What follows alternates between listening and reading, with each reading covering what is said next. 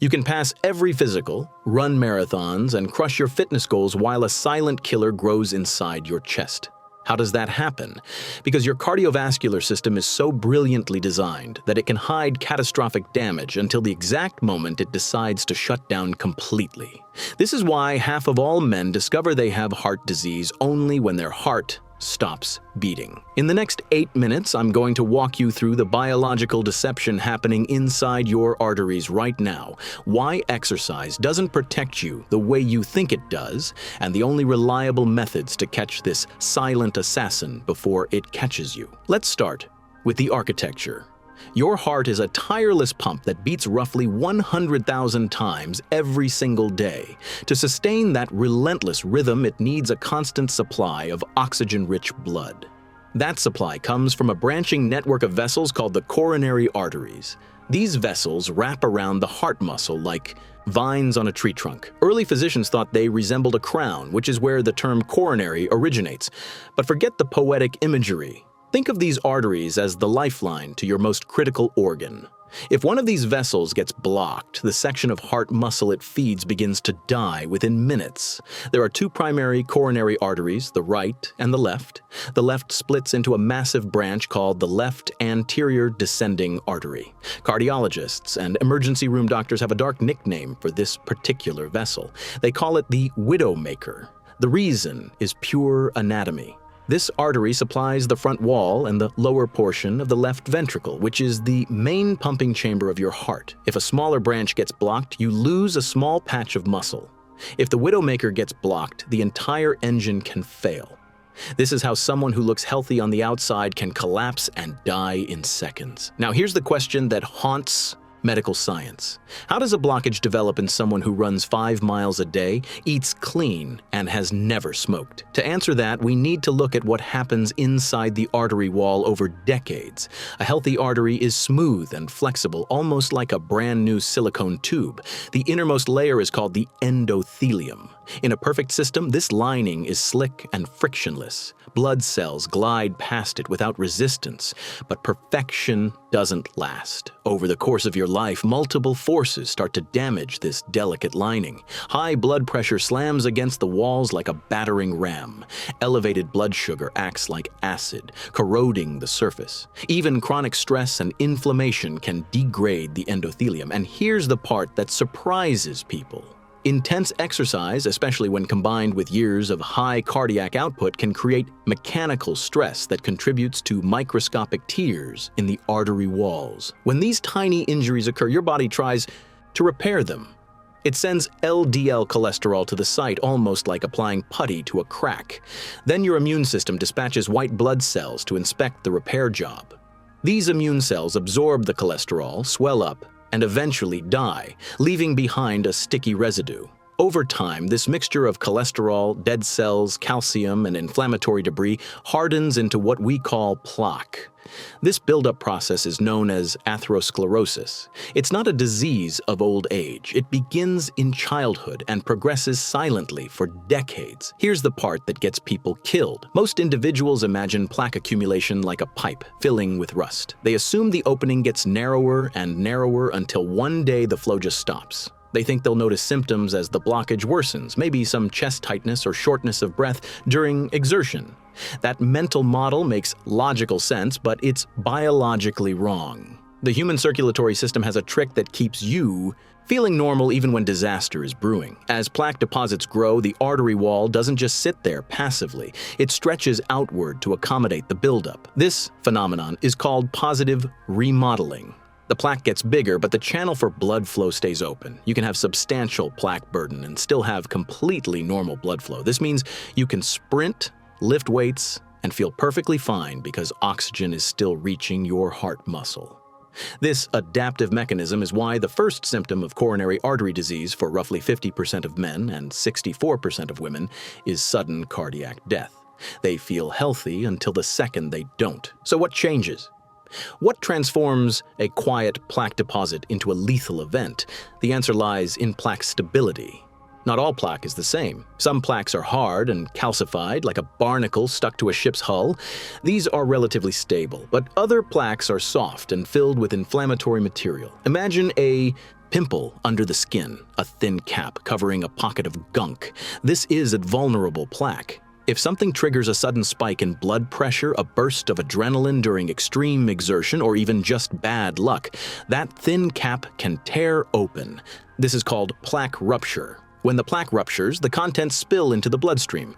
Your body perceives this as a catastrophic injury. It immediately activates the clotting system. Platelets rush to the site and begin forming a blood clot. This response is perfect if you cut your hand. It's disastrous if it happens inside a coronary artery. Within minutes, that clot can grow so large that it completely blocks the artery.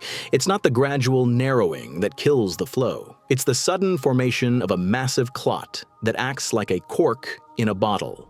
Blood supply to the heart muscle stops instantly. This is a type 1 myocardial infarction, the classic heart attack. But there's another scenario that catches even disciplined athletes off guard. This is the type 2 myocardial infarction. Imagine a 48-year-old man who runs regularly and prides himself on clean living. One day during a race, he doesn't experience crushing chest pain. He just feels off. His energy drains. He feels lightheaded and slightly nauseous. He assumes he's dehydrated and pushes through. At the hospital, blood tests reveal elevated levels of a protein called troponin. Troponin lives inside heart muscle cells. When those cells die, they burst open and release troponin into the bloodstream. It's the biological equivalent of a broken glow stick, leaking fluorescent liquid. This man is having a heart attack, but when doctors examine his coronary arteries, they don't find a complete blockage. They find a 50% narrowing. How does someone have a heart attack with blood still flowing? This is a supply and demand mismatch. When you're sitting on a couch, a 50% blockage is irrelevant. The reduced flow is still enough to meet the heart's low oxygen needs. But when his heart rate surges to 170 beats per minute during the race, the heart demands a massive increase in oxygen. The partially blocked artery can't deliver enough. The heart muscle begins to suffocate. This oxygen deprivation is called ischemia. In some cases, this is compounded by abnormal heart rhythms like atrial fibrillation, where the upper chambers of the heart quiver chaotically instead of beating in sync. This disrupts the heart's efficiency and dramatically increases oxygen demand. The combination of a partial blockage, rapid heart rate, and chaotic rhythm creates the perfect storm. This brings us to an important threshold. Generally, you won't feel chest pain or discomfort until a coronary artery is roughly 70% blocked. Below that level, your heart compensates brilliantly. Above that level, you might feel tightness or pressure when climbing stairs that disappears when you rest. Doctors call this stable angina. It's your body's warning light, but here's the terrifying paradox. The majority of heart attacks occur in people with less than 50% blockage. Why? Because soft, unstable plaques are far more likely to rupture than large, calcified ones. The most dangerous plaques aren't the ones that block the most flow. They're the ones that explode without warning. Is there any good news in this grim landscape? Yes. Your heart has a backup system called collateral circulation. If a blockage develops slowly over years, your heart can grow new tiny vessels that bypass the obstruction. Think of these as side streets that detour around a traffic jam on the highway. This is why a 70-year-old with gradual plaque buildup might survive a heart attack that kills a 40-year-old. The older heart had time to pave those detours. In a younger person, the rupture is sudden. The main highway shuts down instantly, and there's no alternate route. One of the most effective ways to stimulate collateral vessel growth is consistent cardiovascular exercise, particularly Zone 2. Endurance training and high-intensity interval training. Exercise doesn't just strengthen your heart, it builds the network that buys you time when disaster strikes. But time is the most valuable commodity during a heart attack. In emergency medicine, there's a saying, time is muscle. After 20 minutes of oxygen deprivation, irreversible damage begins. After 90 minutes, heart tissue transforms into scar tissue.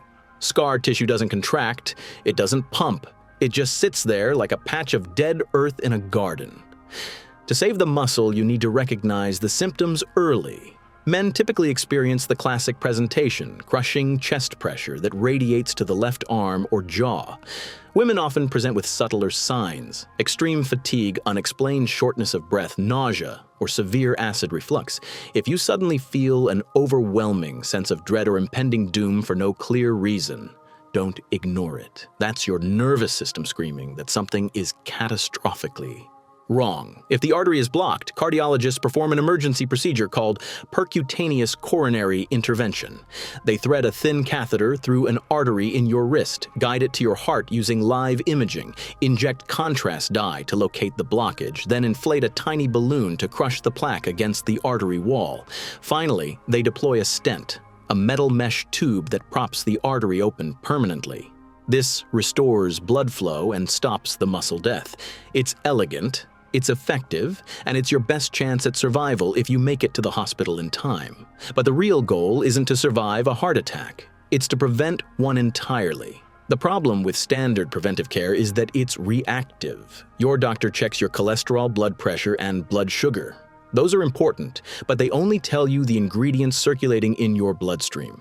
They don't tell you if those ingredients are sticking to your artery walls and forming lethal plaques. You need better data. You need imaging. The first tool is a coronary artery calcium score, or CAC score.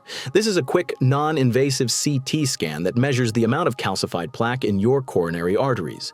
A score of 0 means no detectable plaque. A score over 400 means you're sitting on a ticking time bomb. The scan takes 5 minutes and costs a few $100s. It's one of the most powerful predictors of future heart attack risk, yet most people have never heard of it. The second tool is a CT coronary angiogram. This scan goes further. It visualizes soft plaque, the dangerous, unstable deposits that haven't calcified yet. These are the invisible threats that don't show up on a calcium score but can rupture and kill you tomorrow. This scan provides the ultimate early warning system. It shows you exactly where plaque is building, how severe it is, and whether it's stable or vulnerable. The healthy heart attack is almost always a tragedy of ignorance. People assume that because they feel fine, they are fine. They trust their bodies to warn them before disaster strikes. But biology doesn't work that way. Your cardiovascular system is designed to keep you functional until the very last moment. It hides the damage until hiding is no longer possible. The solution isn't to live in fear. It's to use the technology we have. Control your blood pressure to prevent mechanical damage to your arteries. Manage your blood sugar to reduce inflammation. Keep moving to build collateral circulation. And most importantly, don't guess if you're healthy.